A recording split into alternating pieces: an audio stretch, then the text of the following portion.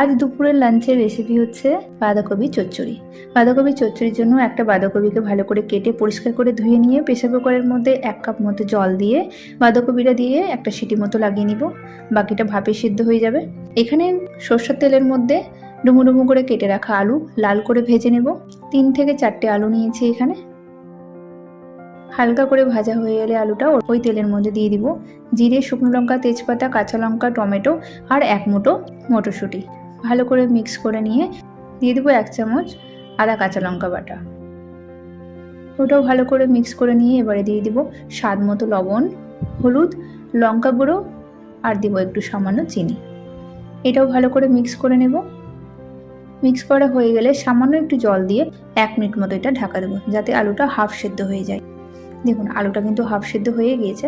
বাকিটা বাঁধাকপির সাথে কষার সময় সেদ্ধ হয়ে যাবে। এবারে আমি ভাপিয়ে রাখা বাঁধাকপি আর দিব একটু সামান্য ধনেপাতা। ভালো করে মিক্স করে নিব। সামান্য একটু রস রয়েছে তাই এটা ভালো করে নেড়ে 1 মিনিটের মতো ঢাকা দিলাম। ঢাকা করে দেখুন জলটা প্রায় শুকিয়ে গিয়েছে। এবারে আমি অ্যাড করে দিব 1 চামচ ভাজা মশলা, সামান্য একটু গরম মশলা।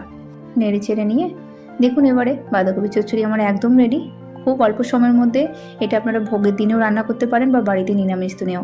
দুর্দান্ত লাগে খেতে। পেঁয়াজ রসুন ছাড়াই সম্পূর্ণ নিরামিষ বাঁধাকপি চচ্চড়ি। যদি ঘি অ্যাড করে দেন তাহলে এর স্বাদ আরও দ্বিগুণ হয়ে যাবে। আশা করি আজকের ভিডিওটা আপনাদের ভালো লেগেছে। আপনারাও বাড়িতে অবশ্যই একদিন বানান, আশা করছি ভালো লাগবে। সবাই সুস্থ থাকুন, ভালো থাকুন। দেখা হবে নতুন একটা রেসিপির সাথে। টাটা।